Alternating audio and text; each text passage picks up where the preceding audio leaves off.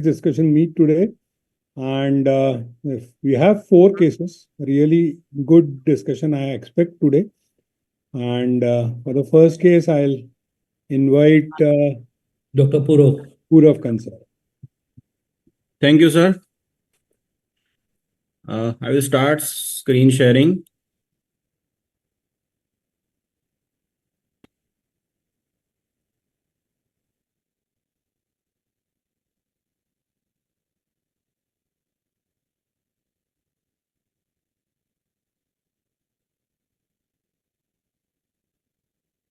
I hope I am audible. Jayant sir, I hope I am audible. Yes, you are. Yes, you Thank you. There is some problem with my video. Sorry for that. I think there's some technical glitch on my side. The video is not visible, but I will start like this. I am going to talk about massive bone defect, alternate transport strategy. So I'm going to show a case of infected non-union in a 45 years old man. This is the clinical picture and X-ray. There was post-discharge from Shin, and this was almost 8 months after the first surgery done elsewhere. There are two plates here, and it was a segmental fracture. So I suspected that the entire intervening fragment, the middle fragment, could be avascular, and we may lose the entire fragment in debridement. So patient was taken to OT, and the suspicion was true. The fragment was avascular, and it had to be removed. So after plate removal and segment removal, thorough debridement was done, and the gap was almost 20 centimeters, as shown in yellow circle. So let us think about the possibilities of bone reconstruction. Now, the options are conventional distal to proximal tibia bone transport with rings, and this can be the site of osteotomy in distal tibia, but there are screws in this location. And I did not want to do a 20 centimeter lengthening through this region because it has screws and there was infection also. So the other option was gradual centralization of fibula, which means doing fibula osteotomy at the level, two osteotomies of fibula at the level of gap, and gradual centralization with Ilizarov frame, which brings the soft tissues and blood supply together with fibula. Third option was a microvascular fibula. It requires a microvascular surgeon, a very hi-fi setup, and the procedure is very expensive. And the fourth option was a masculine technique.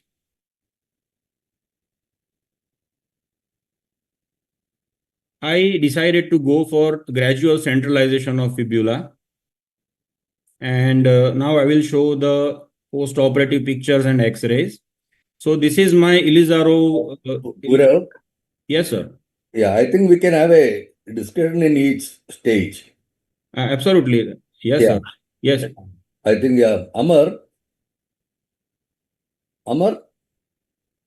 Yes, sir.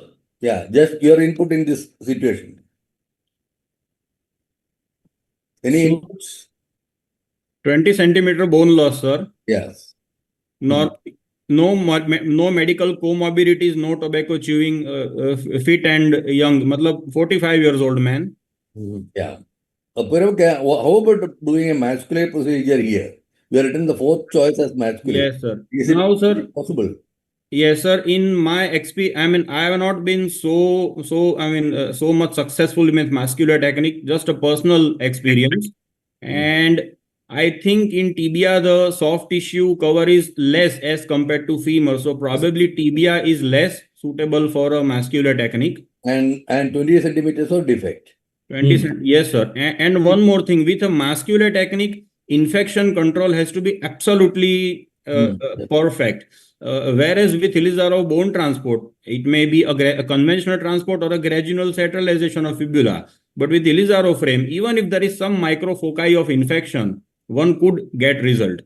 For No, that, if you have written a masculine technique there as an option, what to me, I think in this particular case, masculine is not possible. Absolutely, I agree. Masculine should not be an option here, actually. Yes. Yeah, Yes, ma'am. yeah.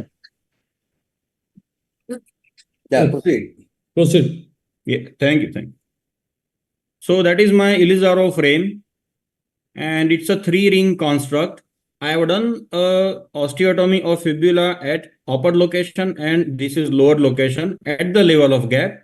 And olive wires have been put from lateral surface of the fibula. We can see there are 2 olive wires here, and this is the traction assembly. Now we can see that the direction of rod is parallel to interosseous membrane. So the fibula will be transported from posterolateral to anteromedial. This X-ray is after 25 days of surgery. I don't have the fresh post-op X-ray. I have 25 days post-op X-ray, and it shows that the fibula has been centralized. Now, one thing to note is that fibula was fractured, but there is callus. So a fractured fibula is united, and I decided to mobilize the united fibula. Now at 25 days, the fibula reaches central location. We can see that at the end of distraction, that is at 25 days, there is length gain at the rods. Purav, Yes, sir. just go back. So how many centimeters of bone fibula you are going to transfer? Just go back, that's right.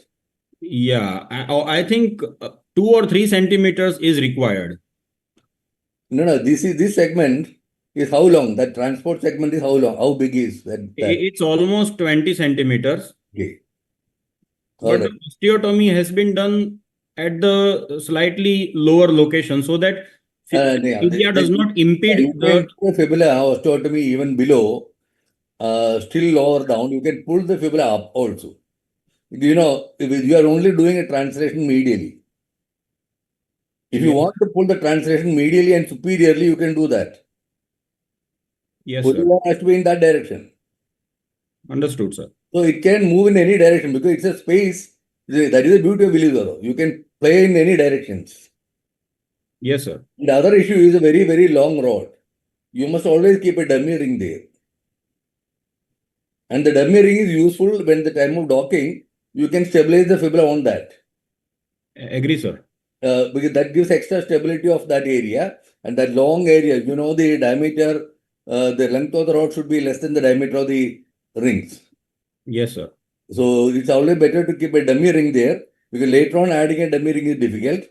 Now, once you do the centralization, you can lock that olive wire onto the dummy ring. Yes, sir. Sir, how about using 6 rods instead of 4 rods? Does it substitute for a dummy ring or stability is less? You know, it's one way of managing it, but you lose holes, no? Holes are precious. Yes, sir. Yeah. Yes, sir. The point is fibular wires also can be fixed on the dummy ring later on. So that is also a very important point. Okay. Good morning, everyone. I usually use 3 rods only, except in femur, tibia, only 3 rods also will be sufficient. So this was actually bulky patient and the ring size is also big. Okay, that is what difference makes. Doesn't need 6 or it doesn't need 3 or 2 or something. 2 is not sufficient, but 3 you can do it in thin individuals and short, thin, like Indian this thing. There is a Russian standard 4 rods, but our people are with much less weight. Okay. Okay, sir. Or what about using 4 rods? Hello? Yes, sir. I have used 4 rods between first and second ring. 4 is good enough, and that is standard. No, the reason is less than 140 diameter, 3 rod is more than enough. Okay. When it is more than 140, 160, 150, 160, 180, you can go minimum 4 rods. Okay. When it is going more than 180, you may have to go 5 or 6 rods. Okay. Mechanically, I mean, you are saying that it is proved by experiment. This is what you said. Sir, may I ask one question? Always welcome. Yes, please. Please go Hello. Yes, please, sir. So apart from the ring diameter, the distance between the length of the transported fragment, that also must be considered, I think. Yes. Yes. So are there any guidelines regarding that? Normally, the maximum size of the length of the rod should be the same as the diameter of the ring. If it is Can going, you? if it is I going, didn't get it, sir. Can you explain again? no, if you are using 160 diameter ring, the maximum distance between the ring should be, that block should be 160. If you are going for 200, then it becomes little unstable. Then you need additional methods of stabilization. Purav, please proceed. Okay. So we can observe the change in length of rod at the end of distraction. There is some length gain on the rods, and the fibula is now central in location.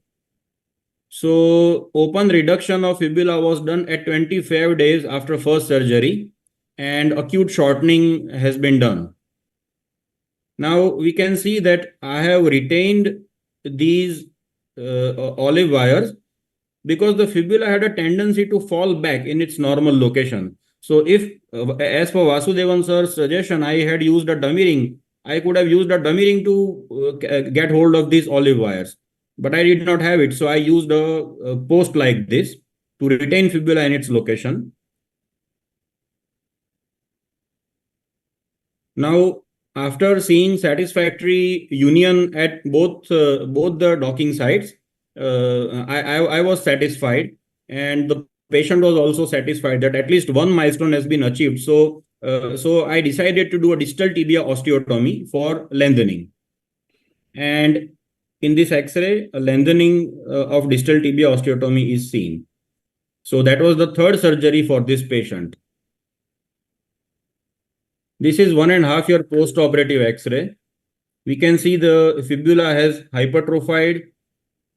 Also, the ossification tract has ossified at both locations of fibula transport. And this is the result at 2 years. Patient is free from infection, united, and the union is robust.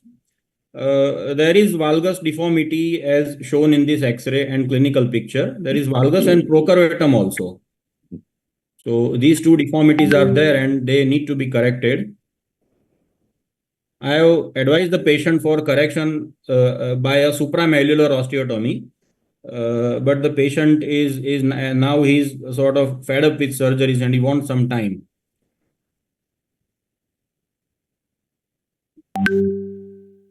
So some theoretical points. Techniques for construction of a large skeletal defect. Ilizarov bone transport is the time-tested method. The downside is it is time-consuming, morbidity is significant, but it is very reliable and it can work in presence of occult infection also. The only requirement is normal bone for corticotomy. I feel it was not there. The distal tibia had screw holes, so I was reluctant to do a osteotomy. But yes, one could also take risk and do a osteotomy there. I did a osteotomy there for lengthening later, but my target was occult infection also. I did not want to do the only requirement 20 centimeter of transport through a screw hole. Other option of the large reconstruction is muscular technique, but results are not as consistent as Ilizarov transport, at least in my hands, and it cannot work in presence of occult infection. Third option is vascularized fibula by microvascular anastomosis. So basically a microvascular free fibula transfer. Here availability of microvascular surgeon is a must, and it cannot be done in peripheral CT operation theaters. It is a costly procedure and complications can lead to total failure. So if arterial or venous obstruction occurs, then there can be a total failure. In Ilizarov surgery, if there are obstacles or problems, they can be tackled. And the last option is vascularized fibula by gradual tissue distraction. Here, the only requirement is an intact fibula. It is less time consuming than conventional monofocal transport. because a fibula reaches central location only within 20 to 25 days.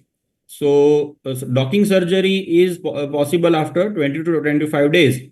Otherwise, it occurs after 4 months if we go for a conventional monofocal transport.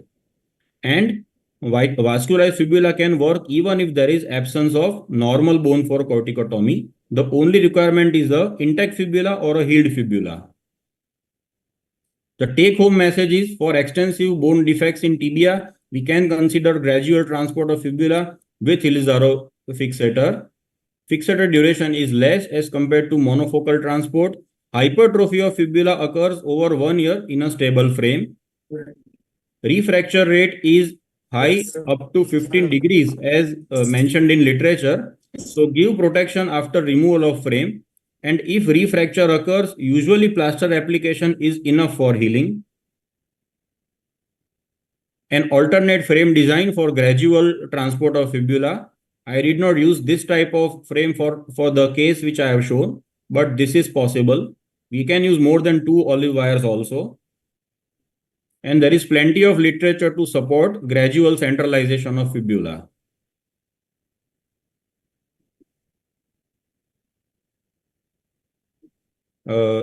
I think Dr. Akanksha has control of my screen. It's not going ahead. No, you can move ahead. Just use the arrow keys on the keyboard. Okay. Actually, it stopped. I'm locked here. Okay, you can just exit and reshare. Okay. Yeah. Now make full screen again. Yeah, it works. Thank you. So literature is full of support that the gradual transport of fibula is a successful procedure, especially for massive bone loss cases. Thank you. Purav, Yes, sir. you have done a macrovascular fibular transfer, Yes, sir. not microvascular, you have done a macrovascular fibular transfer. Yes, sir. And getting you don't have to think a pure lateral or medial transfer. Transfer. You can transfer in any direction. I have done from below up, from above down, and in all directions you can do that. Sir, for this case, there was a fractured fibula. Would you do the same thing, or you would do distal to proximal also? This case there is only one fracture of the fibula. Yes, sir. I will do osteotomy maybe at the lower end of the tibia because the fibula as it grows, you have seen that newborn formation.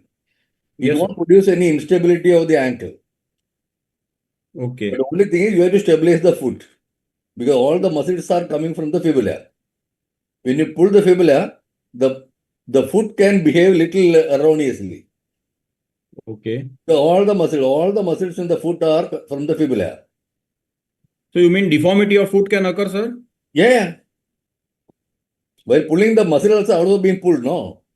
Okay. You can produce a dynamic deformity on the foot.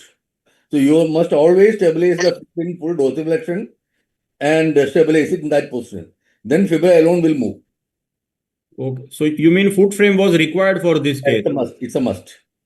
And actually, it is possible. It is seen that there is a valgus deformity in this case, and in other case also valgus deformity of foot occurred. So I think I now I understand that concept. Yeah, it's always a must. Dear, can I ask one question?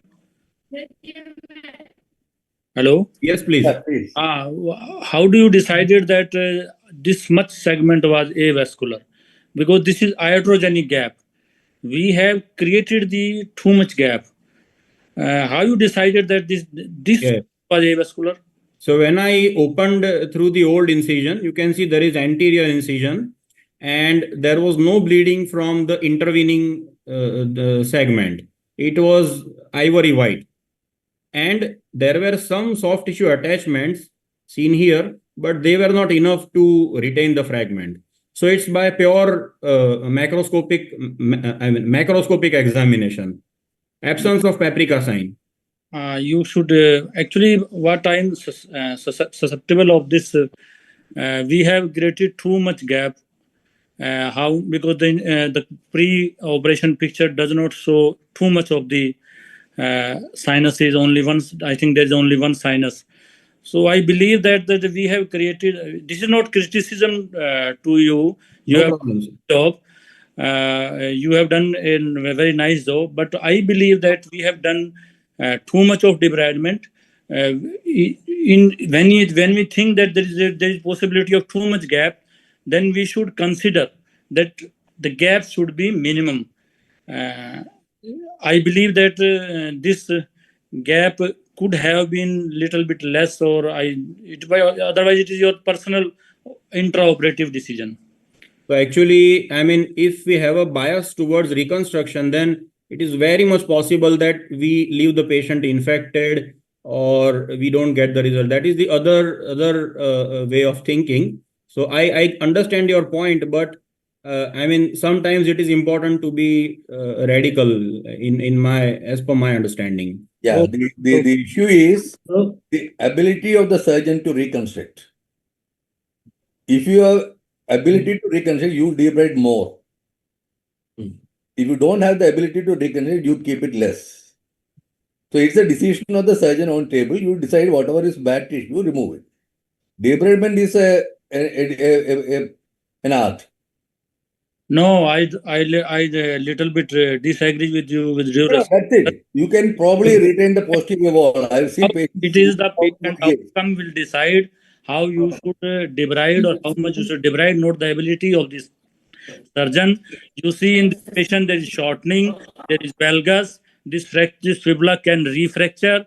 You should know that how the patient, when the patient came to him, the patient had good length. Almost this there was a preclinical picture does not show this too much of infection. So we are creating too much of gap, and thinking that we will reconstruct everything. I think this is not a good policy. Purav, there is No, some actually, from hello. chat Rajesh sir, box. can you see there is avascular? Can you see this part of the bone? It is totally bare white. This part, sir, lower part.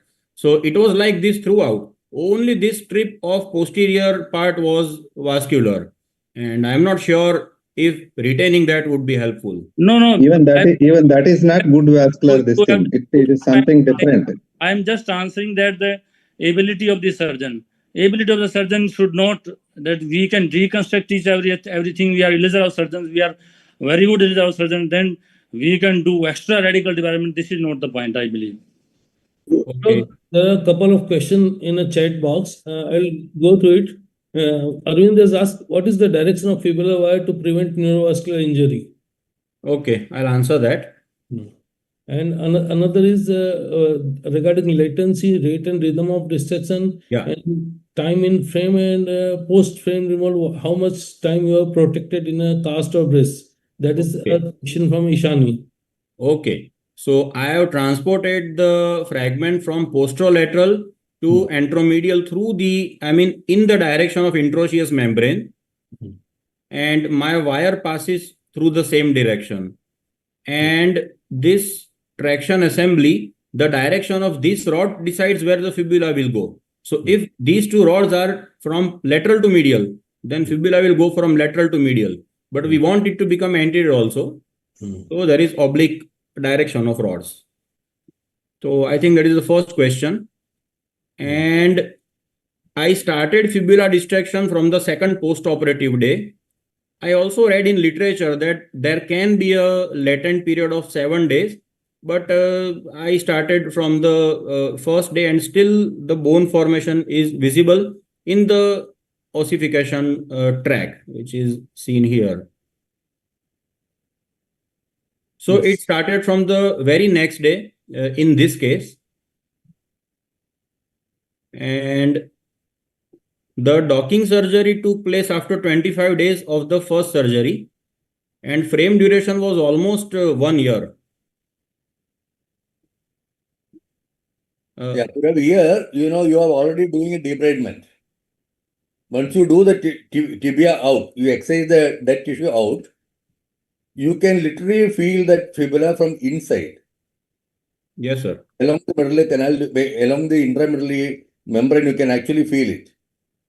So you feel the bone from the, with a K-wire, you feel it from the posterolateral side, and it comes through the defect, through the gap in the tibia, Yes, sir. and comes onto the anteromedial part. And Sir, usually it goes behind the anterior neurovascular structure. sir, we'll proceed towards next case because of we have given adequate time to this case. Yeah, very Now, good. Yeah. yes, sir. Thank you, Purav. I'll Thank now you. invite Thank you, Dr. everyone. Ketan to present this case. One request to Ketan, Purav, please. there are few questions in the chat box. He can answer them personally. Sure, sir. I'll do that. It is better to give 7 days latency period. Noted, sir.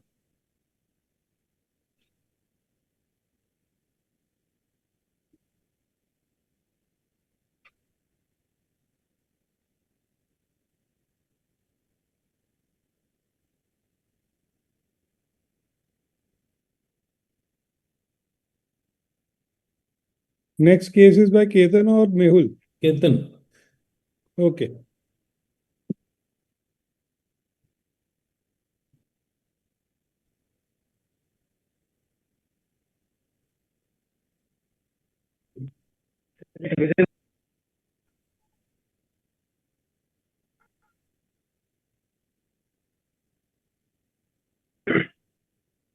Good morning, everyone. Is my screen visible to all?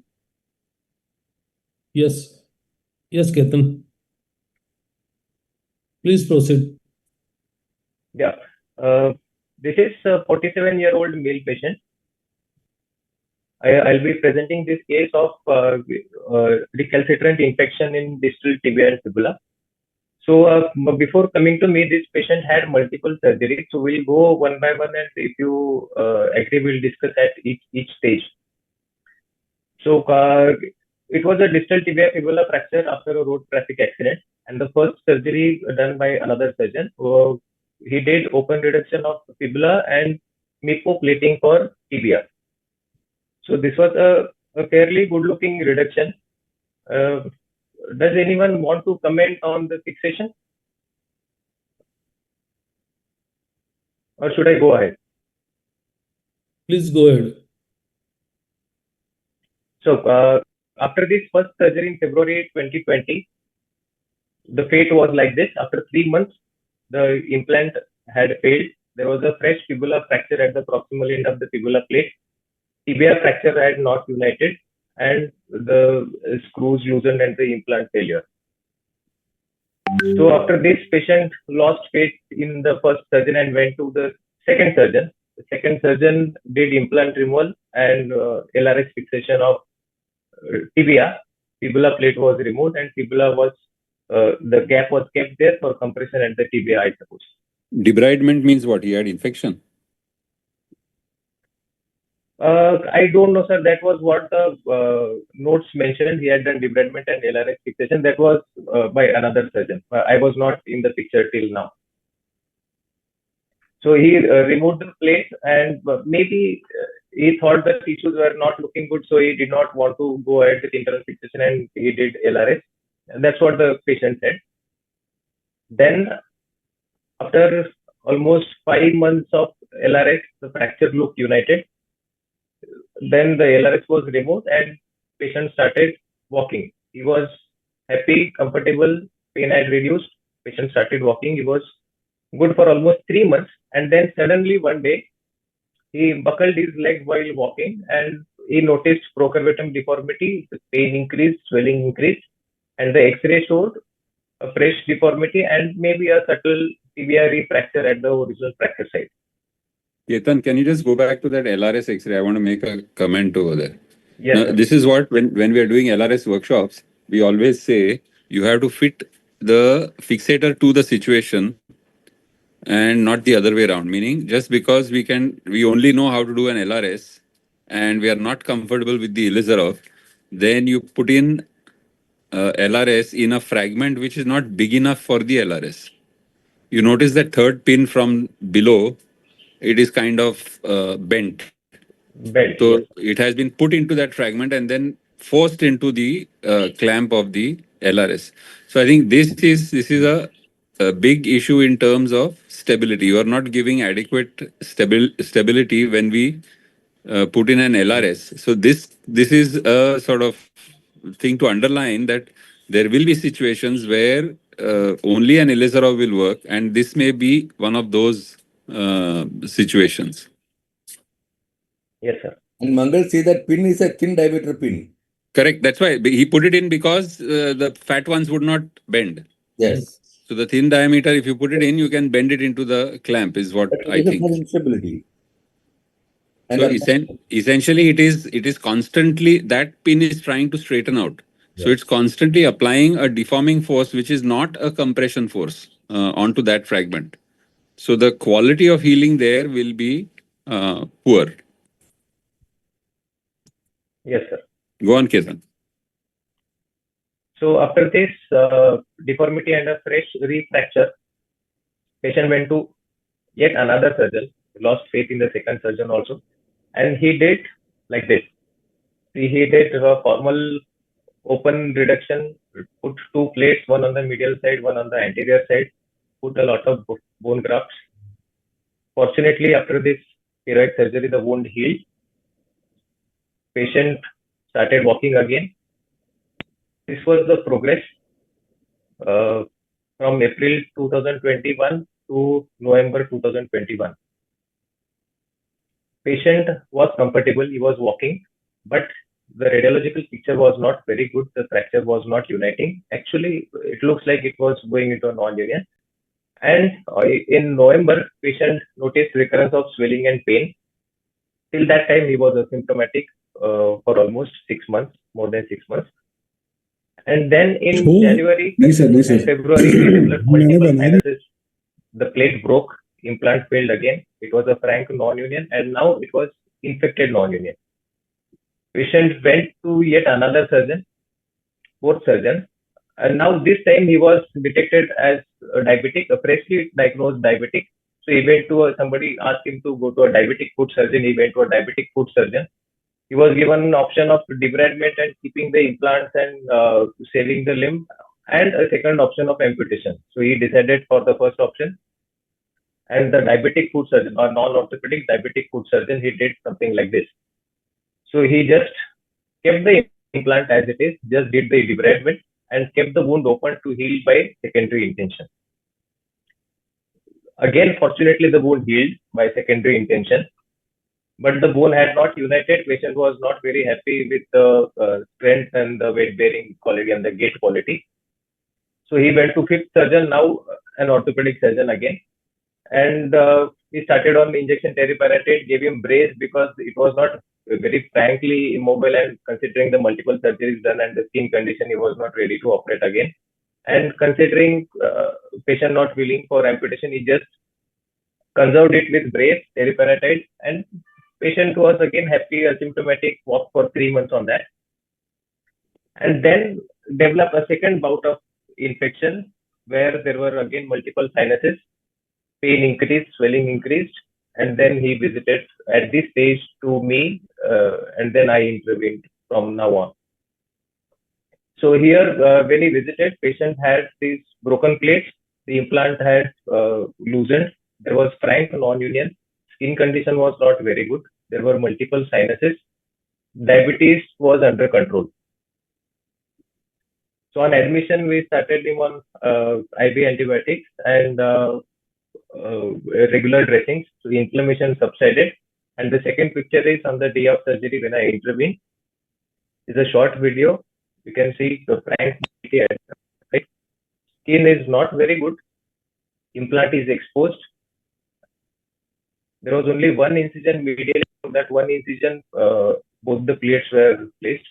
But I was very doubtful whether I can remove both those plates from the same medial incision. That's what I did. I removed the plates, fortunately, from the same incision. But the condition of the soft tissue was very bad. The soft tissues were very tight and very hard. Fibrosis was there. I think I did injure anterior tibial artery during implant removal and debridement. But after deflating the tourniquet, the distal limb was vascular. So I just controlled the bleeding with compression dressing. The bleeding stopped. Limb was vascular. Then I applied the Elizarov rings and did a proximal corticotomy for transport of the middle segment to fill the gap distally. This was the wound. I could not close the skin completely and left it open, but the bone was not exposed. It was just soft tissues in the wound bed, so I left it open and we kept on dressing it regularly. Fortunately, the infection subsided after the implant removal and debridement. Now the swelling was less, there was no infection. And after corticotomy, we started distracting. The corticotomy was done in the second setting after the infection control. Then we started distracting, transporting the middle segment. At the time of docking, there was recurvatum deformity. So we did open docking, corrected. I did open docking, corrected the deformity, applied separate rods to correct the deformity and give compression at the docking site. The contact area improved. And then in the consolidation phase, it went on to heal. Wound also healed gradually with dressing. Corticotomy had consolidated well. And this was during the course of treatment. Patient was mobile. The frame was painless. Patient was walking without support all throughout. After first few weeks of surgery, he started walking without support. Before ring removal, we did clinical testing where I removed all the rods across the docking site. He was walking comfortably. There was no abnormal movement, and patient did not have pain after removing rods also. So I removed the fixator. After ring removal, he had good range of motion. The tibia deformity. Clinical testing where I removed all the rods across the docking site. He was walking comfortably. There was no abnormal movement. The final X-ray. Patient did not have ring removal. This was the before picture and this was and the after ring removal. And this is the most recent follow-up after almost 2 years. The tibia has remodeled well. Fracture is united. Skin condition is also improved. His diabetes is under control. He is following the treatment with the physician.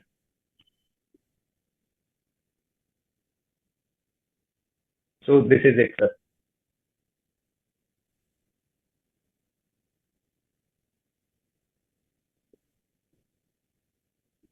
Good case, Ketan. Thank you, sir. How many interventions you did as soon as you started the illusory surgery till removal of the frame? How many times you had to intervene, add pins and or something like that? So the first surgery where I did implant removal and the Elizaro ring fixation in the same setting. After 1 month, after infection control, I did corticotomy. And the third one was open docking and realignment of the distal fragment. So you had in between... Ring removal was done without anesthesia. Yeah. So you had about 3 procedures in between, like changing the wires and all. Yes, sir. Yeah. Control, I did corticotomy. I mean, the Ketan, third one, extremely difficult case, and you have done a very good job. I also admire Thank the you, madam. patience of the patient. But Yes, I madam. just want to make a point for, especially for young surgeons, that if such a case comes to you on day 1, please consider the option of doing Elizaro on day 1. See, it would have united very nicely if Elizaro was done on day 1. So please consider it as an option in such cases. Yes, sir. And Ketan, in these cases, many of them may end up with equinus. So that even Yes, early, while plating, they must have had some equinus. That equinus is notorious for refracture. Okay. So that is one point where even when you do Elizaro, see that the patient is not having equinus. If at all he is having equinus, make them walk with a high heel. Because Actually, you have to fix the foot in such cases. Such low fractures, you have to fix the foot in such cases. So whenever you're walking, if there is equinus, the mechanical axis actually goes in front of the bone. It comes from the first metatarsal head, not from the heel. If the heel is touching, the mechanical axis goes from the heel. So all loading happens along the mechanical axis. No, and basically, when they are bearing weight in an equinus position, they are giving a recurvatum force onto the fracture. Yes. So generally, whenever a joint close to the fracture is stiff, it may not be a bad idea to immobilize that at least for a little while, and then put Actually, on I had a foot. So, Sir, actually, I had planned to transfix the ankle joint and Onto the foot fracture. leg, but during implant So removal generally, and, whenever a joint detecting all those fibrous soft tissues, and I thought I injured anterior artery, so everyone was in a panic mode and to hurry up the surgery. So I just applied the ring and then thought of putting foot ring later, but then patient improved and he denied intervention just to put a foot ring. So during the docking time only, we improvised on the distal fixation and I did not put the foot ring. But actually, I had a plan to put ring, but because of those intraoperative complications, I dropped my plan and finished my surgery hurriedly. Even in your initial X-rays, there is a fracture is in recurvatum, but you have corrected it without any equinus. Your initial X-rays, immediate post-op, there is some Yes, sir. before that. Yeah, here you can see that there is a recurvatum, and the cut was a bit not 90 degree parallel to each other, and so it was in recurvatum deformity, but you have corrected it nicely without using any foot frame. Anyhow, congrats. Thank you. But the interesting part is, just show me that X-ray. Yeah, just the one before. Now Yeah, the rings are parallel. Yeah. No, Which they Now were they look parallel. Parallel with recurvatum. Yeah, no. The earlier one. The earlier Which one. one, sir? The previous slide.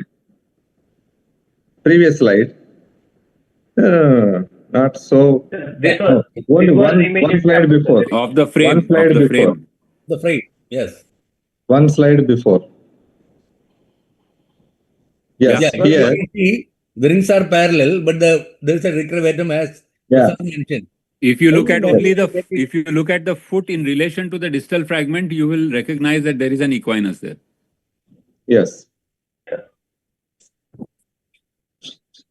Yeah, in the next X-ray, next slide, you corrected it. The rings are still parallel.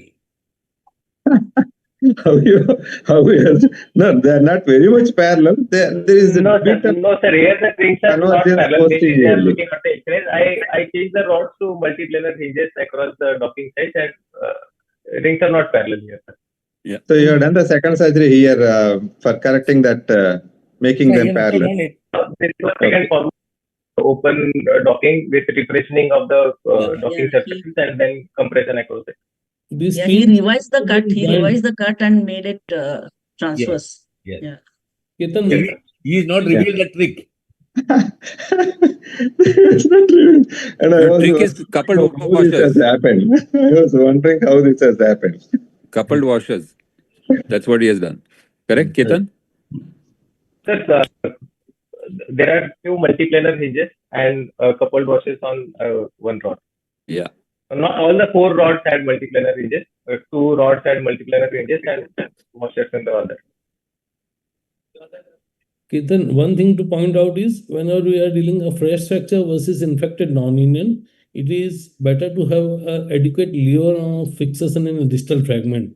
So if we are dealing with infected non-union, then it not only will help in giving adequate stability, but the fixation lever arm would be better. So infected non-union, I would always prefer to have an foot frame in such juxta-articular injuries. Yes, sir. Yes. We'll move to next case. Morning, Dr. Ketan. Just one question, if the panel allows me. Yes, please, sir. Yes, please. Just wanted to ask you, Dr. Ketan, what is the use of these rubber cocks you have put just in front of every wire? You have put these rubber cocks. So these are just for the patient's convenience for pin track dressing. These rubber stoppers are Just to hold the gauze pieces on the skin. Sorry, please tell again. You wrap the gauze around the wire and then push the rubber stopper That against the holds skin so that the wire stays over there. That's what it is. Okay. rubber stopper holds the dressing. It prevents skin interference friction. Okay. Okay. And it is Amar, I don't do it now. yes, because sir. you- I know. because It is controversial. Yeah. There are You have, you have to many spend time for scholars. cleaning the rubber washer also. Yes, I agree, sir. But it is mentioned in ASAMI books. I know. Yeah, it is there. Yes. And They are useful in first few days actually. Yeah. Later on they don't have, and they become so dirty that they itself can transmit infection. Yes. There are a lot of things mentioned in the Bible, the Quran, and our Vedas, yes, which we don't follow. yes, sir. Thank you. Thank you. Thank you, sir. Any question in the chat box, or we move on to the next case? Dr. Mehul. Yes, sir.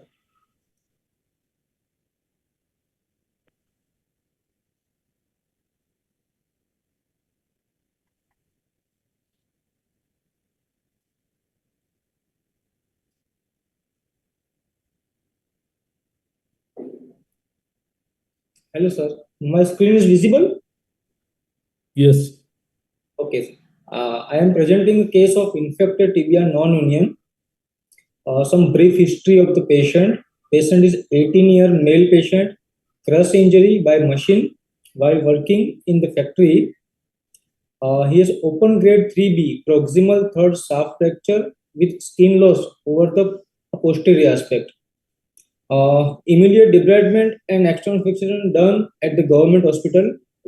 And when good granulation tissue appears, skin grafting was done by the plastic surgeon. So here is the initial injury photograph, which sees 5 to 7 centimeter of the bone is outside the skin and loss of periosteum. So this is a wound progression. Plastic surgeon did a skin graft when good granulation tissue appears. So at time of presentation, after 5 months of the injury, there is a simple proximal third shaft fracture with butterfly fragment, which is fixed by the K-wire and add-on external fixation. But there is some problem list. There is an infection.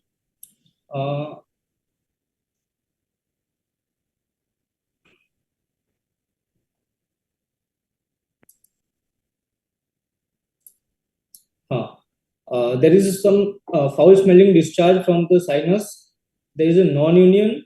There is ankle equinus, is a rigid equinus, and EHL weakness. So it may be 3C injury, in which common peroneal nerve may be affected.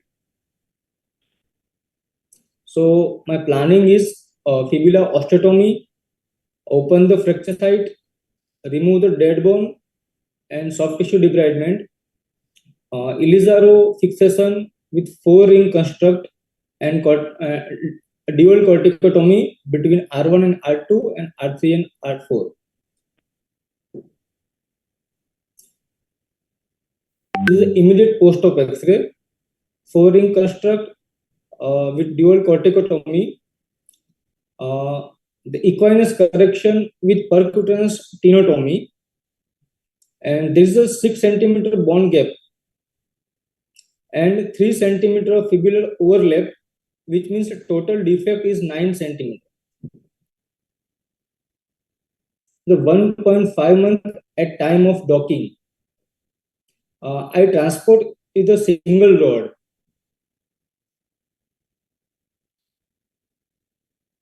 And converted to the segmental rod, and open docking was done and bone graft was put. The 2 months after docking, healing is in progress and fracture site is good callus is seen. It's 6 months since index surgery. There is a good regeneration, consolidation, and fracture site healing. So I did dynamization at the both regenerate site. This 7-month post-op fracture healed and regenerate is well consolidated. At time of removal, there is a clinical photograph and knee range of motion. The wound over the docking site, which healed by the secondary intention. This is a clinical stress test. Patient is walking without connecting rod and without support with plantigrade foot. So this is a fixator removal. There is some valgus deformity at the diaphyseal site. Fracture united, 8 centimeter, regenerate consolidated, wound healed, infection cured, and patient is walking full weight bearing without support, no LLD. External fixation index is 26.25 days per centimeter. And this is a 6-month post fixator removal. The nice healing is seen in the X-ray, and patient is walking nicely with plantigrade foot. So take home message: in such type of open fracture, primary Ilizaro will be helpful.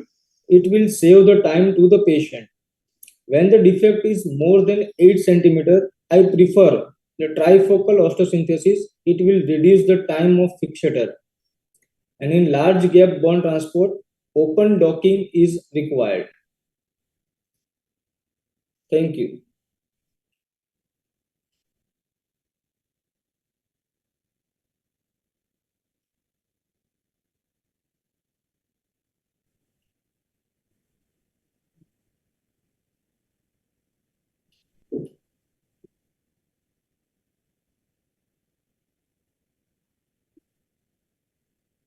Vasu sir.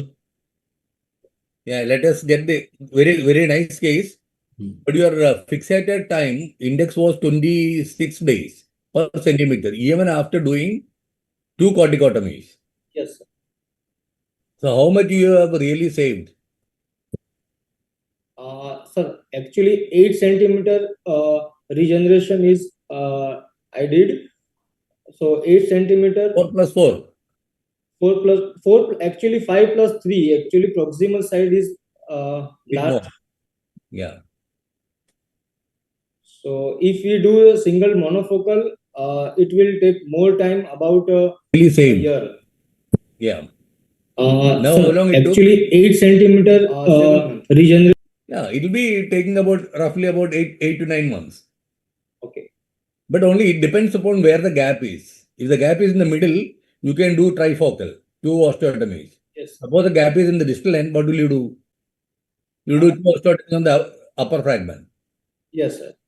If in distal more gap around 10 centimeter, I will still prefer tandem trifocal from the proximal side. So proximal you do 2. Yes. Yeah. It's very good case, Mehul. I just wanted to ask you, how did you correct the equinus? Sir, ma'am, there's I did equinus correction with percutaneous 3 incision technique and maintain the equinus correction with the foot sandal and strap. Patient is wearing this strap whole the day post-operatively. So you did TL lengthening, fractional TL lengthening. Yes. You are not stabilize the foot? No. No, in a transport, it's always better to stabilize the foot. Yes, sir. Because you are changing the muscle balancing in the leg segment. Yes, sir. So that can produce little misbehavior on the foot and ankle. Yes, nowadays, actually, this is an old case about 2 years back. Nowadays, I fix the calcaneum during the transport period from distal to proximal. Leg segment. Yes, sir. And so that can produce little, seeing them showing the knee range of movement in tibial non-unions and all. So how do you think the knee range of movement is being affected by tibial non-union and Ilizaro treatment? If adequate physio is not done by the patient or is not motivated by the doctors, there is actually positional FFD and equinus can be done. Yeah, usually the ankle stiffness is a trouble in a tibial non-unions. Yes. In the knee stiffness is a trouble of a femur cases. Knee stiffness is more common in femur non-unions and all. Yes. Sir, may I ask a question? Yes. please. Dr. Mehul, you suggested doing primary Elizarov in open cases. So I want to ask everyone, like, can we do primary Elizarov in these cases before the wound settles? Because most of the times in gradually the skin margins got necrosed, bone gets exposed. It needs plastic surgery many times. So can we do it on a primary basis, or should we wait for at least 10, 12 days, 2 weeks, so the wound settles and then plastic flaps are given and then we can do Elizarov? Actually, so may I? Yeah, please. Actually, there is difference in Elizarov in primary fracture and non-union. Is the in infected non-union there is a demarcation of the avascular fragment. Trauma cases there is no actually demarcation of the fragment avascular. So you may misjudge the fragment and maybe it will get infected in future. So yes, definitely this can be done in the primary setting. In primary setting, if we do the acute docking or some shortening around 3 to 4 centimeter, plastic surgeon will not required, and in posterior side, is always skin grafting can be done. I think Jaideep's question was, should you do an Elizarov on day one when patient comes to you at 8 o'clock in the night? I think the answer to that would be yes, you can put in a standard fixator, wait for things to develop. What he was talking about was primary as in the primary definitive fixation rather than doing a plate and all. Then once you have got everything clear, then you do the Elizarov. Yes. Yes, sir. And another question, sir, like during the primary debridement, so the bone ends that has no periosteum, do you remove, excise that part of bone, or you wait for some time? If there's no periosteum, I would take it out. If you believe in what Rajesh says, then you may wait. And then after 2 days or 4 days, when it is obviously dead, then you take it out. But if there's no soft tissue, it's not going to survive. So no point in keeping it. Okay. Means whole circumferential peristress stripping is there and it is not likely to get revascularized whatsoever we hope. Yes, sir.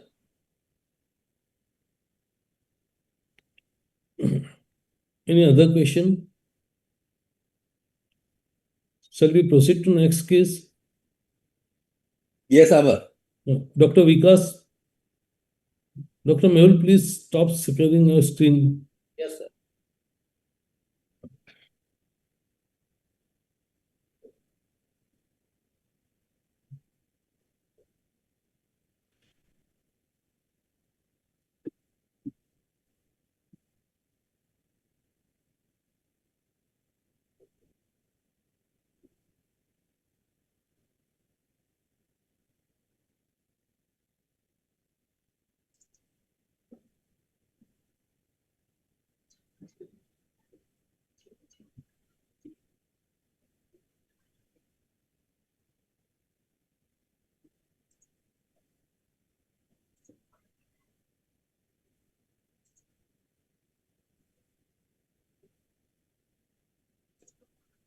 May I start, sir? Yes, please. Dr. Vikash, please share your screen.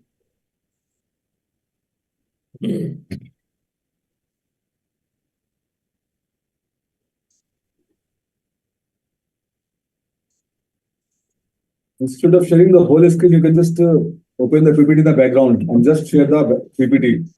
Then go more smooth.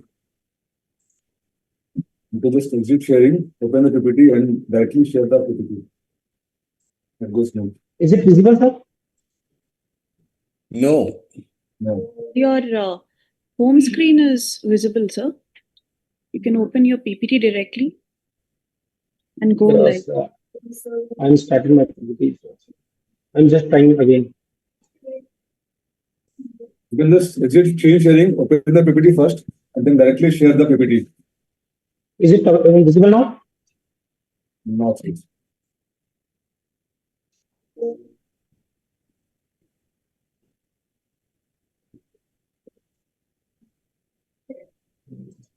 Unshare and open your PPT, then reshare. Okay, sir. I'm just doing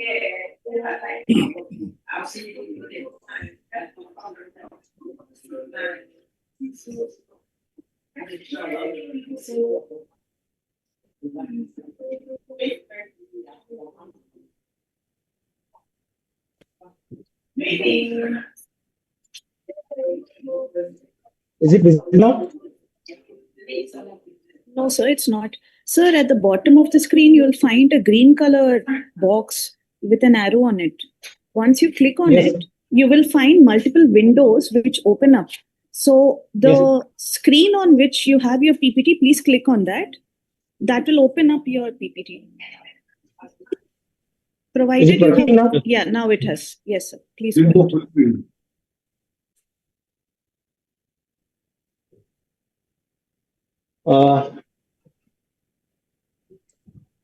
Okay. Deepak is a 14-year-old boy when he presented to us. Am I audible? Yes. Yes. He has a history of osteoarthritis at the age of 2 years. He advised amputation initially, but meticulous treatment over 2 years, and after 10 surgical procedure, his leg survived, and he was walking like this at the age of 14 years. It may be due to the distal epiphyseal involvement. So there is a progressive shortening and foot deformity. These are the X-rays. May I proceed further, or can we discuss it? Vikas, how do you go about it? Show the next slide. Okay. These are the clinical pictures showing flap and shortening, calcaneus deformity, varus deformity at ankle, subtalar joint fused, jog of movement at the ankle joint, and shortening of foot compared to the other foot. There is a bulgous deformity at proximal tibia, varus and procuratum at mid shaft of tibia. There are two discharging sinus at the lateral aspect of ankle, one at the flap and other one at the tip of fibula. There is the tibia, talus, and calcaneum are fused, so we consider them as a single unit and realigned the calcaneum to bring the mechanical axis in the line of knee joint. These are the radiographs planning. In AP view, we draw a mechanical axis of tibia and mechanical axis of ankle joint. These are usually at the angle of 2 degrees valgus. But here, these are at the angle of 36 degrees. So, it may show there is a varus deformity at subtalar joint of 36 degrees. In lateral radiograph, in planning, we draw mechanical axis of tibia and calcaneum. These are usually at the angle of 60 degrees, but here these are parallel. So there is a deformity of 60 degrees at the subtalar joint. These are the other axis in planning. When we draw the axis of first metatarsal and the tibia, we found there is a deformity of 31 degrees of dorsiflexion. When we calculate it, we found that cora at the subtalar joint with the recurvatum at the varus deformity of 64 degrees. We planned for Elizaro. We planned Elizaro in 3 functional units. First is the reference unit, in which we mount a Elizaro at leg and talus included in this. Other one is calcaneum unit to correct the calcaneum deformity. And third is midfoot and forefoot deformity unit, for which we correct the forefoot deformity of equinus. dorsiflexion. I used Lizaro frame of 180 degree size, 180 size of preservings because foot deformity frame is so complex to accommodate the complex foot. After applying this frame, first we did a calcaneum osteotomy, then we did a fibulaosteotomy, and to ring tibia frame mount. On this tibia frame, we mount a prefabricated calcaneus frame. You can appreciate this frame in distal tibia and calcaneum. Calcaneum below the osteotomy, we use 3 wire and 1 shank screw in osteotomized calcaneum. Final osteotomy done in proximal tibia to gain length. After which we apply 2 static rings in forefoot to correct the forefoot deformity of dorsiflexion lateral. These are fixed to the static rings of tibia. These are the fluoroscopic image, shows the ring mount on the deformity and the center of the rings, which are the bolt at the level of deformity, and the hinges at the behind the calcaneum. It may be a dissection osteotomy, and angle from the calcaneum is around 25 degrees. Correction sequence started. Dissection started after 3 days for 1 mm per day. Proximal tibia lengthening started after 5 days with the rate of 1 mm per day in 4 times a day. Forefoot correction initiated after a hindfoot correction. These are the dissection unit of forefoot correction, and these are the dissection unit for the tibia lengthening. Then progression is started, and we disconnect the tibia of calcaneal ring and modified it to accommodate the foot. This is a graduation of the correction. Then we, after the complete correction of calcaneum, we convert the static ring to correct the dorsiflexion of the foot. Some complication I encountered in this process. First is premature consolidation of fibula. We manage it with the regional fibulaostomy. Another complication is early consolidation of proximal tibia regenerate. We so to solve this problem, we increase that dissection by the 1.5 mm per day. But after increase the dissection rate, developed that there is some FFD at knee joint and numbness at distal leg and toes. Foot. To manage it, we slow the dissection alternate day at the 1 mm per day and alternate day 1.5 mm per day. Oral medication started for pregnenolone and methylcobalamin combinations. These are the clinical photo. After complete correction, we can appreciate the fixed flexion deformity at the knee joint. Further flexion possible at this site, at this stage. Just before funeral, when I get full length of the leg and full correction of the deformity, we plan to remove the frame.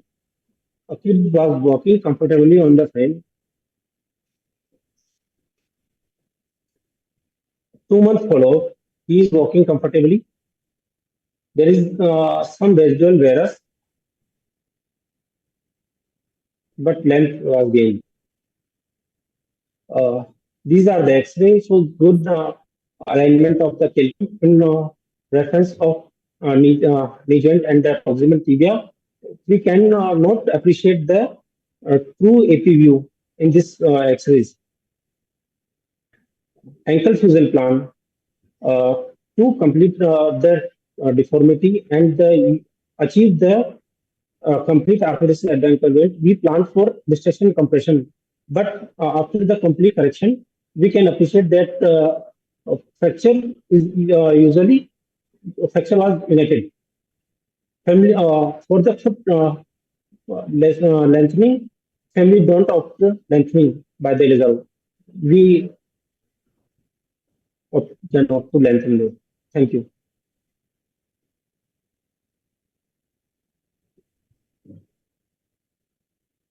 Any questions?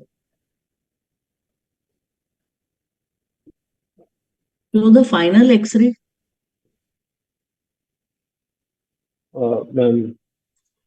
These are the finals, please.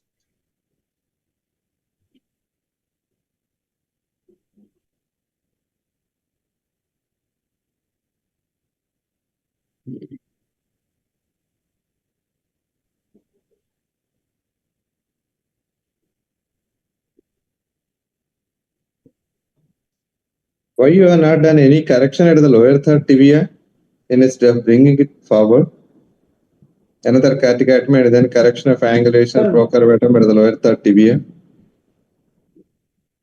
Sir, I suppose that if ankle joint and the supplemental fuse, then tip of the calcaneum.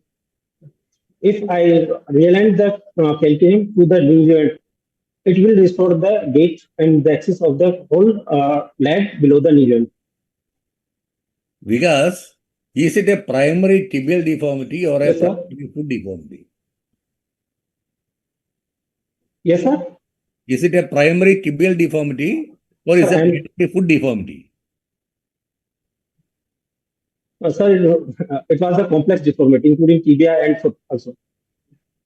No, you have to actually differentiate between how much is the tibial deformity, how much is the ankle deformity, how much is the forefoot deformity. Sir, yes, I differentially calculate all the deformities, and I found that if I This is a want gross to analysis correct all only. the deformities, Yeah, I have to. there is a Yes, sir. inflection of the ankle and fused. There is a cavus. There is a recurvatum distal tibia. There is a procurvatum proximal, distal third tibia. You could have corrected all these three, everything, no? Sir, yes, Why sir. didn't you correct the If we calculate the yes, I calculate the deformity at the distant aspect and realigned it to the proximal one. So you neglected the tibial deformity. If ankle joint and subtalar. Yes, No, sir. by correcting that deformity, the tibia, you will automatically get some length and alignment. Yes, sir. Yeah, Yes, even sir, I I can feel get, the but plan should the have been axis to of the correct the tibial deformity first. Yeah. Yeah, so that was the primary deformity. Yeah, then we have a base on which your foot can be corrected. Yes. Now, for some reason, if the patient develops a fracture in the distal tibia, how will we manage? Yes, sir. Again, is also. That's why I'm asking that if alignment was corrected and axis of the leg, so the fracture united very well. And by the 5-year follow-up, he is doing very well. He has no complaints. Do you have any follow-up X-ray 5 years? Because no, sir, he is not coming. there is a possibility of remodeling, but there is the weight loading is transmitted onto the anterior aspect of the talus, and which may not be able to do well. Sir, no, there is no talus and calcaneum. There is a single bone. That is calcaneum, which is ankylosed and fused. And the axis passes to the original where we can, which should be passed. Weight bearing is normally.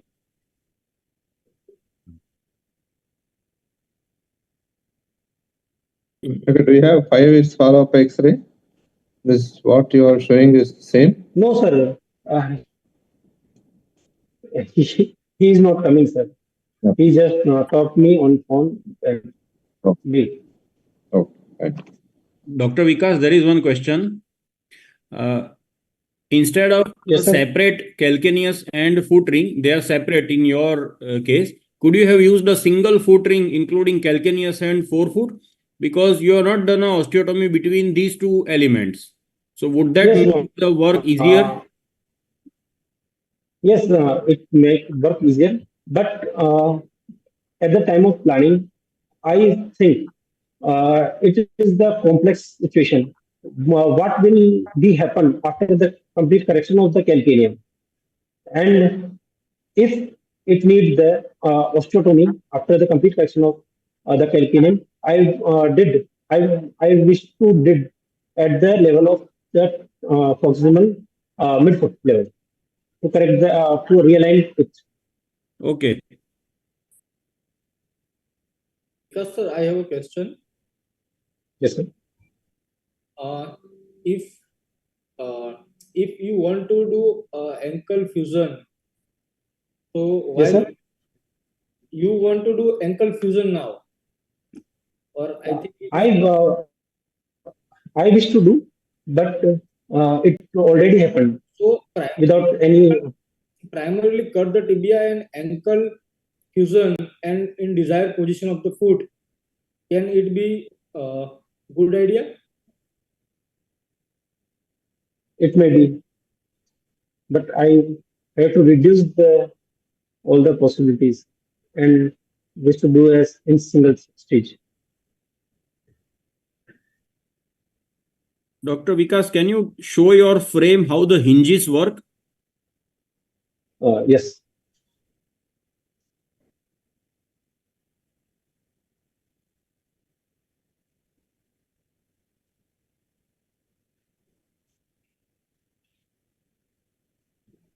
These are the same construct.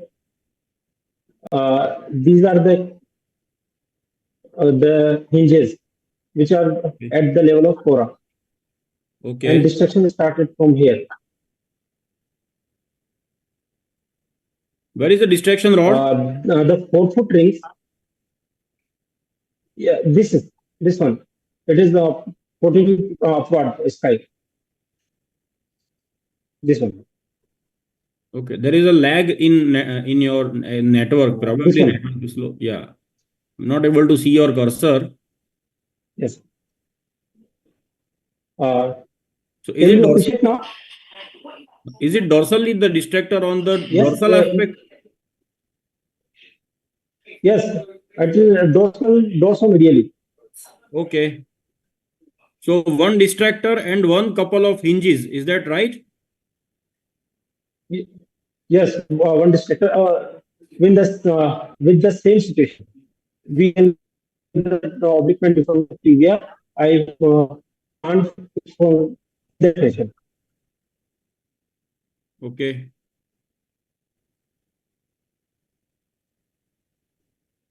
Dr. Vikas? Yes, sir.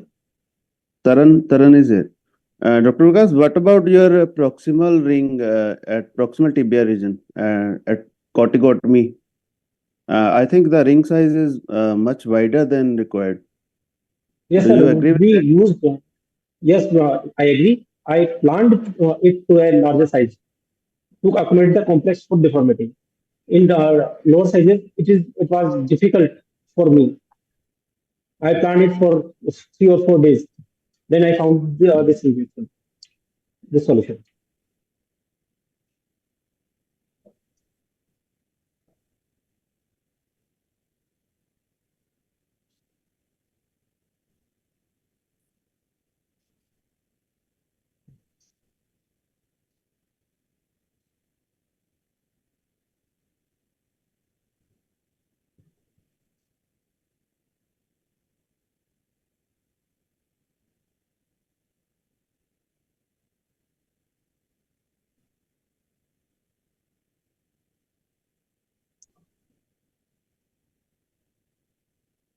Okay. Yes, can you see this? Yeah, sir, not properly. Sir, it is a blurred image. Yeah. Sir, you have used a blurred image background. This That is is the the reason iPad. we are not able iPad to is not see. coming there. I'm just showing on the iPad. I think maybe I have to make a PowerPoint. You can actually get the good result by at the ankle level osteotomy and a distal tibial osteotomy. get a good correction. So it looks neat and straight. But you And could- dimple in the front of the knee ankle, no, that also will be corrected by that. And your job should have been much more easier, and you should have got good sleep. With this foot frame, you must have had real tough time. No, sir. It was comfortable. No, you have to change so many times the hinges and all, no. The foot frame has to be changed. The connection was below, then you have to take it to the top. You don't need any of these things to correct it. Sir, you can share your iPad screen, sir. Vasu, sir. You can share your iPad screen so everybody can see and learn, sir. iPad screen? Sir, via Zoom, sir. It's not possible, no. I have an exactly similar case. Can I share my screen if the seniors allow? Yes, please.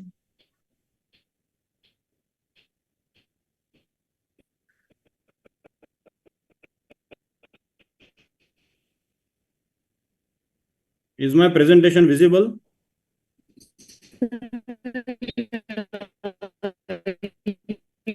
Yes, sir. Visible. Okay, so he had an injury to distal tibial physis in childhood, varus and recurvatum. Exactly, I think not exactly, but quite resembling case. So he's walking on lateral border of foot, the child. And I planned a distal tibial osteotomy and upper osteotomy for proximal tibial valgus correction. That's my tracing.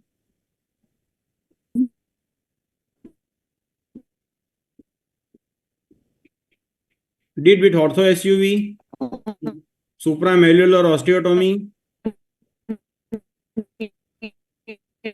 That is the correction at supramalleolar osteotomy.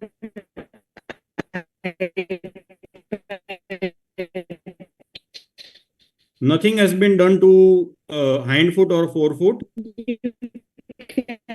And that is the result. So I have left the cavus. I have not done cavus because the work would be too complex otherwise. And that is the before surgery and after surgery pictures.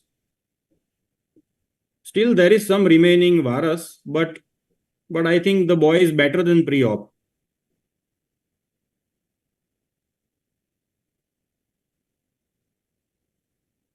But your core is at the upper level of the neck, supramalleolar area. Yes, cora is And at I found supramalleolar. cora at the peritoneum. Yes. My cora is at the subtalar. Because can you see this now? Yes, sir. Can you see that frame? Yes, sir. Yes, sir. I planned it. Yes, sir. I planned it. Recording stopped. And it required more osteotomies, etc. 2 osteotomies only, no? Yes. 2 more osteotomies. I have not done any foot osteotomy. Yes, sir. Because it's a distal deformity. Now foot is in equinus. Foot is cavus. That you can substitute. Overall, for these kind of difficult fractures, you can take a simpler approach where what you have achieved right now is the foot is plantigrade when the patient is walking. The plantar surface of the foot is perpendicular to the proximal part of the tibia. So what everybody is pointing out is that could well have been done by using just a foot plate on the foot, doing an osteotomy somewhere in the distal tibia, and then get that plantar surface properly aligned in relation to the proximal tibia, so that patient is able to walk. He is also having a cavus foot. Actually, even that has to be corrected by some V osteotomy or something like at the mid-metatarsal level. If it is properly aligned. It can get it through soft tissue. Yeah. You can just pull it up. It will come because there's no fusion there. Yes, maybe.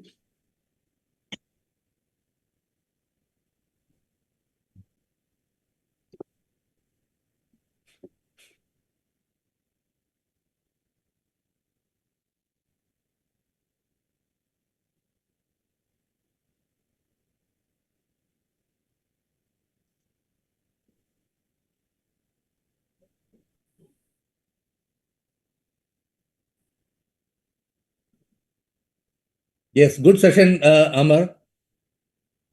Good participation. Thank you, sir. Thank you, everyone. And I'll ask that Mangal could join from Ramnagar. Yes, sir. Have you started already? Mangal, sir.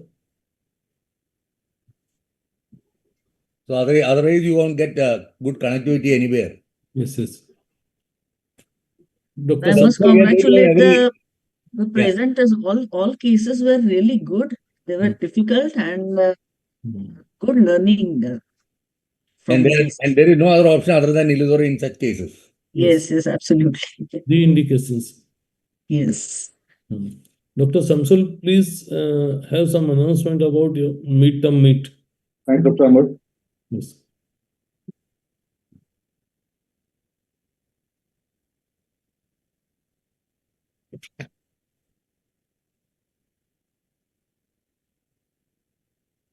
So, thank you all for wonderful cases. I again request everybody. You can see my screen, Dr. Amar. Can you see my screen? Yes. So I invite you all for our upcoming ASAMI midterm meet at Patna on 12th or 13th of July. We have got around 50 registrations yet, and we are doing it organized by ASAMI India and the agencies of Bihar Orthopedic Association. John sir is helping us. The highlights of the program, we see that the theme is all around knee, laser all around knee. So it's a very good symposium theme based for the first time on behalf of ASAMI India in Patna. So the highlights are we are doing hands-on workshop on many things like we are doing out STO, we are doing out TCVO, we are doing out DA4. This will be by our eminent faculties, and the sites will be having our demo workshops on knee arthrodesis, knee contraction, knee particular. So it's a full workshop based and very interactive. We're having less lectures and more of interesting cases. We have PG quiz, we have 3 paper papers, and just we did a wonderful faculty development program initiated by Dr. Siddhartha Chandikar. We're doing the same. We are having a 2-hour session. We're inviting all our participants, faculties to share their cases on our email. That is asami.patna@gmail.com. You can contact Dr. Ritesh Pandey, who is taking care of all the scientific program. And for anything else, you can contact me or Dr. Ashutosh from IGMS or Dr. Vikash, who is coordinating. We're doing it at Lemon Tree, is a very nice hotel, just around 15 minutes from airport. We have a very new airport, Patna, now inaugurated by PM Modi sir. It's a very nice airport. And besides, we have our eminent national faculty, our President Mangal sir, Amar, Dr. Muslim, Dr. Raja sir, RS sir, Dr. Ravi Chauhan, Milind sir, Manish sir, Vasudevan sir, Prasad sir, Rohila sir, we have Amir sir, we have Sakhi Das sir, we have Divya sir, Dr. Gijesh, Dr. Pritish, Dr. Jindra, Mojindra, Dr. Subramanian Gandhi, Dr. Pranav, Dr. Jaydeep, Rama Karthik, and Shani and Akansha. Nationally, John sir is heading the program, and Ritesh taking care from AIMS, Ashutosh taking from IGMS. We have all the institutional support from here. Dr. Vikas will be coordinating for the program. We have the whole support of BAA, our President Upendra sir, our dynamic President-elect Amar sir is helping a lot. Kevin Saul sir is helping. Chha sir will be our patron. Other faculties from Patna, we have Dr. Jaswinder, Dr. Janki, Dr. Ritesh, and many others. Besides the scientific program, if a few people are ready from 10 to 20, we'll be having a program at Rajgir Zoo Safari. It's a very truly international level, very developed. Shall be expecting messages from persons who are interested in coming to see the Zoo Safari one day before on 11th. We have to make a schedule. All the arrangements will be made from my side, from our Patna side. So it's a very nice program. You can just attend the program. Just inform that I want to attend. With Mangal sir is a very zoo friendly sir, so I request Mangal sir to come before, that's one day before. We done a good very photography at Zoo Safari. We have so many tigers and lions over there. Which safari was that? Sir, Rajgir Zoo Safari, sir. It's a very nice one. Zoo Safari, exactly, sir. Okay. It's a very good one, sir. Truly international. It's recently developed. It's a very good one, sir. We'll be having Innova as well as minibus for the delegates. I'll send the videos for the same in the group, sir. Regarding the registration, we have extended the early bird till 15 June. These are the 7,000 for the ASAMI members, the delegates and faculties. For the international, we have 8,000. For the PGs, we have a fixed 5,000 for everybody. For residential, everybody can contact me or the hotel manager. The room charges is around 7,000 for each plus tax and 8,000 plus sharing. So that if somebody wants to do sharing, it can be 4,000 plus tax. For anything else, you can contact me anytime. These are the bank details. We are using the ORF, that is Johnson's institution, account for the same. We have the registration link all in the groups to everybody. So with folded hands, I'm inviting everybody who are not registered yet to register. Just need support from ASAMI side. And besides, I'll be requesting our secretary, Dr. Amar, to say a few words about the program. Shamsul, I have already registered. What is the registration status now? Sir, it's around 50, sir. Only that much? Yes, sir. Local registration are still pending. So we'll be getting more from more PGs from Bihar, sir. Okay. In another 15 days. So that's around 75 to 100, sir. So I posted in most of our group also, and I request all others to post in respective group regarding this midterm meet. And I urge all young orthopedic surgeons to join this meet. It would be worth attending because it is a theme based and all national faculties would be there. And I wish Shamsul a great success in this meet. Thank you so much. Thank you. Thank you. Thank you. So, should we finish now? Any question in chat box? No.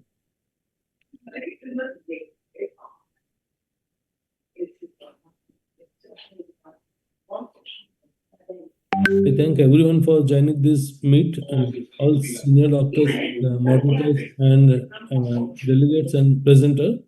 Thank you, everyone. Thank you, sir. Thank you. We'll end the session now, sir. Yes, please.